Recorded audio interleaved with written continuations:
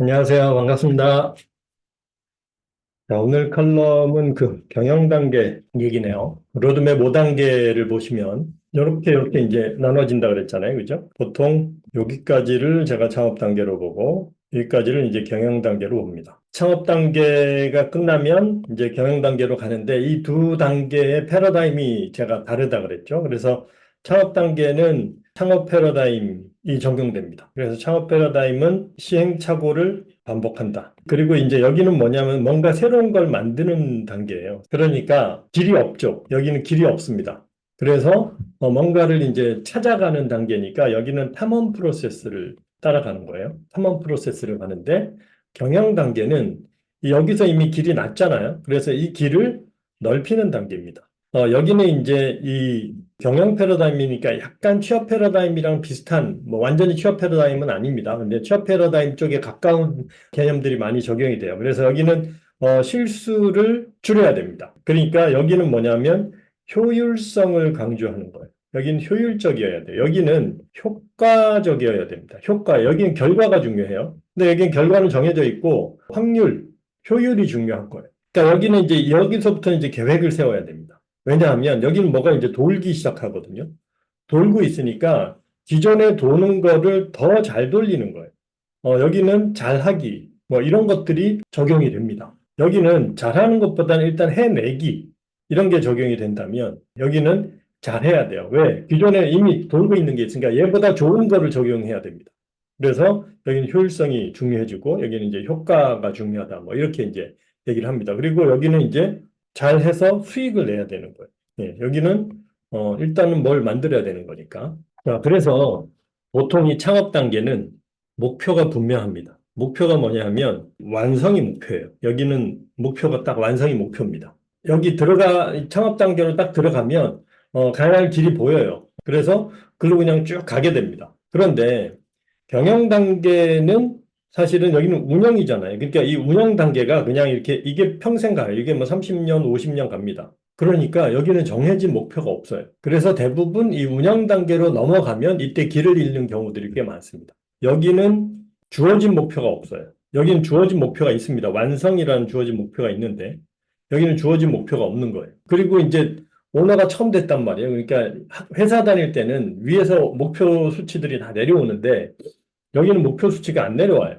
그리고 오너는 자기가 목표를 만들어야 됩니다. 여기서 이제 어떻게 보면 요 단계로 넘어가면 정체 상태에 빠지고 그 다음에 여기서 계속 뱅글뱅글 도는 거예요. 근데 이제 일단 여기서도 본질적으로 목표가 하나 있긴 있어요. 그게 뭐냐면 손익분기점 달성이에요. 그러니까 일단 생존을 해야 되니까 이 생존이라는 목표가 있단 말이에요. 생존이라는 목표를 세우고 그 목표를 향해서 이제 움직인단 말이죠. 그러면 이제 이게 결과적으로 어떻게 되냐면 손익분기점 언저리에서 뱅글뱅글 돌게 돼요. 제 경험상 그렇더라고요. 대부분 그렇습니다. 내가 이제 목표를 향해서 쭉 달렸다가 이제 여기까지 왔단 말이에요. 그래서 완성은 됐어요. 그러면 여기서 이제 목표가 손익분기점이니까 보통 뭐 이렇게 되겠죠. 여기가 해서 이제 완성은 했어요. 그러면 시스템은 이제 여기서 완성이 됐는데 이걸 가지고 돌리면서 이제 가서 이제 손익분기점을 달성하는데 그럼 이렇게 되거든요. 넘었다가 이렇게 됩니다. 그래가지고 어떨 때는 또 굶었다가 또 잘 됐다가 굶었다가 잘 됐다가 뭐 이렇게 돼요. 그래서 이렇게 해가지고 보통 자영업자들이 이루고 삽니다. 그래서 이게 뭐 10년, 20년 가는 거예요. 그래서 그냥 30년 해서 애들 잘 키우고 뭐 저기 우리 집 잘 살고 뭐 이렇게 했다 해서 이제 이렇게 되는 거죠. 이것도 괜찮아요. 이렇게 해서 그냥 가는데 중요한 거는 여기서 소소한 목표를 가진 분들은 뭐 소소하다는 거 조금 어폐가 있지만 어쨌든 그렇게 가정을 잘 건사하고 뭐 이렇게 살아간다라는 일반적인 자영업자들 같은 경우는 그것 또한 목표예요. 그 목표를 향해서 그냥 잘 달성해서 살아내면 되는 거죠. 그러니까 어쨌든 이 손익분기점이라는 목표도 있어야 된다. 이 경영 단계에 들어가면 주어지는 목표가 사라지기 때문에 자기의 목표를 자기가 세워야 됩니다. 그래서 자기의 목표를 세워라. 그 다음에 또 이제 요 단계에 들어가서 또 어떤 경우들이 있냐면 이 스타트업 CEO들 중에 그러면 목표를 직원들이 세워라. 뭐 이렇게 하는 경우들이 있어요. 왜? 동기부여를 하기 위해서, 주도적으로 일하게 하기 위해서. 그래가지고 이제 직원들이 목표를 다 세우면 그거 가지고 우리가 회사를 갖게 뭐 이렇게 하는 경우도 있습니다. 이거 거꾸로 된 거예요. 기본적으로 오너가 목표가 없으면 회사가 목표가 없는 겁니다. 그래서 오너가 목표를 잡아야 된다. 근데 이제 이걸 어떻게 잡느냐? 이게 이제 애매한 거죠. 그래서 또 하나는 이제 보통 손익분기점을 우리가 살다 보면 다 경험을 하실 텐데 목표를 잡으면 목표를 어느 선으로 목표를 잡으면 우리가 요 선에서 이렇게 깔딱깔딱 이렇게 됩니다. 손익분기점의 목표는 계속 생존을 가지고 고민을 하게 되는 거예요. 근데 목표를 여기를 잡아버리면 여기가 BP라면 그럼 여기서 이렇게 놀게 되거든요. 그래서 얘는 어느새 지나갑니다. 그래서 사실은 목표는 손익분기점보다 위로 잡는 게 훨씬 더 좋아요. 그래야 뭐 반만 가도 어쨌든 생존은 되잖아요. 그죠? 이때 이제 우리가 목표를 잡는데 그럼 목표를 어떻게 잡을 거냐에 대해서 이제 저도 사실은 이제 고민을 많이 했는데 이 목표라는 게 요 단계로 넘어가면 이제 이 프레임 차트가 다시 등장한다고 했죠. 보통 요때 우리가 프레임 차트를 그리고 그다음부터는 엔진 차트만 가지고 쭉 가다가 요때 다시 프레임 차트가 등장을 합니다. 왜냐하면 프레임 차트가 이 방향성을 여기에 가지고 있거든. 그래서 미션하고 비전이 있고 그다음에 여기 내가 제공하는 밸류가 있단 말이에요. 이걸 가지고 내 핵심 역량 이 얼라이먼트를 하는 방향이 사실은 내가 이제 힘을 낼 수 있는 방향입니다. 그래서 미션하고 비전 얼라이먼트 돼야 된다는 얘기는 제가 종종 했었고 그래서 이 방향을 가지고 내가 목표를 잡는 거예요. 뭐, 목표를 잡는 방법은 뭐 여러 가지 있습니다. 이게 이제 제가 한 1년, 한 6개월 전에 쓴 칼럼인데, 그때 이제 제가 원싱이라는 책을 봤어요. 여기서 이제 큰 목표 하나 잡아가지고, 그걸 향해서 가라, 뭐 이렇게 얘기를 하는데, 뭐 이것도, 괜찮은 방법입니다. 그래서 그런 방법을, 써도 좋고요. 그래서 여기서 이제 하는 얘기는 뭐냐면, 빅스윙을 큰 목표를 잡은 다음에 얘를 잘라라는 거예요. 그래서 예를 들면 10년 목표를 잡고 10년 목표를 뭐 5년 목표로 나누고 얘를 1년 목표로 나누고 얘를 한 달 목표로 나누고 얘를 뭐 일주 목표로 나누면 그래서 내가 이번 주에 달성해야 될 게 뭐냐 그래서 요거를 달성하면 그러니까 딴 거 다 안 하고 요거만 해결되면 다음 목표가 달성되는 그 하나를 찾아라 그게 이제 원스팅이라는 겁니다. 그러니까 요것만 하면 내 미션이 이루어지는 그 원띵을 찾고 그 다음에 요걸 달성하기 위한 원띵을 찾고 요거 달성하기 위한 원띵 뭐 이런 식으로 이제 하나씩 찾으라는 거예요. 네, 그래서 그거를 달성하는 쪽으로 가라. 뭐 이렇게 하면 이제 되게 좋다 이렇게 얘기를 하는데 제가 해봤는데 이게 쉽지 않아요.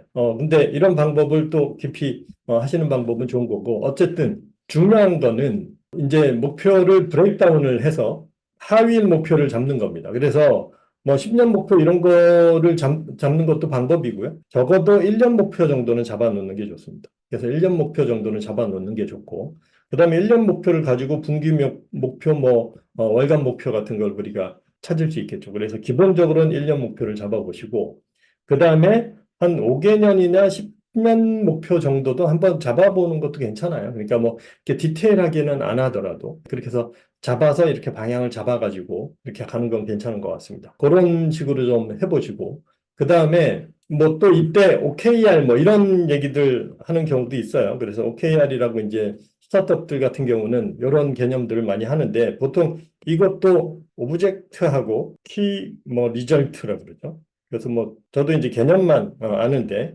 근데 요거를 대부분 OKR 한다라고 하는 분들이 요거를 사실 평가 지표로 많이 생각을 해요. 그래서 OKR 도입하는 시점이 언제냐 하면 직원들 연봉 협상하거나 뭐 이런 거 할 때, 아이씨, OKR 같은 게 필요한데 뭐 이렇게 얘기하는 경우들이 종종 있습니다. 근데 사실은 얘도 결국은 이 목표 설정을 하는 방법 중에 하나예요. 목표 지향 경영을 하는 방법이지 이게 무슨 평가를 위한 방법은 아닙니다. 근데 얘가 먼저 있어야 되는 거예요. 그리고 나서 얘를 평가에 반영을 한다든지 이렇게 돼야 되는 거죠. 요런 게 있고요. 그 다음에 이 목표를 보통 이제 어떻게 잡아요? 매출 목표를 잡습니다. 그죠? 근데 매출 목표를 잡으면 이건 2.0이라고 그랬죠. 제가 권장하는 거는 목표를 3.0에서는 단골 수를 목표로 잡는 게 제일 좋습니다. 단골 수를 목표로 잡고 거기에 이제 활성률을 하고 객단가가 들어가면 그러면 매출 목표가 나와요. 이 단골 숫자가 사실은 더 상위 목표입니다. 기본적인 목표는 일단 이 단골 수 목표는 있어야 된다. 단골을 몇 명을 돌파를 하면 이 미션이나 비전을 달성하는 데에 도움이 되는 거죠. 내가 원하는 미션이나 비전을 달성하는 데 필요한 단골의 숫자가 몇 명이냐 이걸 먼저 예측을 해보는 거예요. 그 단골 숫자를 달성하기 위해서 내가 뭘 해야 되는지는 역산하면 나옵니다. 그죠? 그걸 찾으시고 그걸 기반으로 그럼 내가 이 단골 숫자를 확보를 하려면 한 달에 예를 들면 몇 명씩 들어와야 되고 이 정도 들어오려면 내가 신청을 몇 개를 받아야 되고 그러려면 노출을 얼마나 해야 되고 그럼 노출 비용이 얼마가 필요한지 그래서 요 예산이 나오는 거죠. 이렇게 들어가고 이렇게 해서 이렇게 되는 거고 그래서 여기에 그러면 활성률은 대충 몇 프로 정도가 뭐 10%인지 그리고 객단가가 얼마인지. 그래서 단골 수 목표가 잡히면 나머지 전략은 여기서 따라오는 겁니다. 지표를 가지고 있으니까. 그래서 그렇게 보시면 되고 그 단골 수와 이 미션하고 비전을 어떻게 연결할 거냐. 그 방법을 그 관점에서 이걸 연결하는 지점을 찾아내면 그러면 내가 지금 하는 비즈니스 자체가 내 삶의 방향하고도 연결이 된다. 이렇게 보시면 좋을 것 같습니다. 그 관점으로 한번 목표 설정을 한번 해보시고요. 그래서 경영 단계에 계신 분들은 반드시 목표는 일단 한번 적으시고 그 다음에 그걸 이렇게 적어놓고 매일 뭐 보라고 해요. 그걸 눈에 띄는 데다 써놔야지. 내가 자꾸 그걸 향해서 가니까 그게 좀 필요할 것 같습니다. 그래서 이 부분에 대해서 관련돼서 질문이나 또 의견 있으시면 올려주시고요. 오늘은 여기까지 하고 마치겠습니다. 고맙습니다.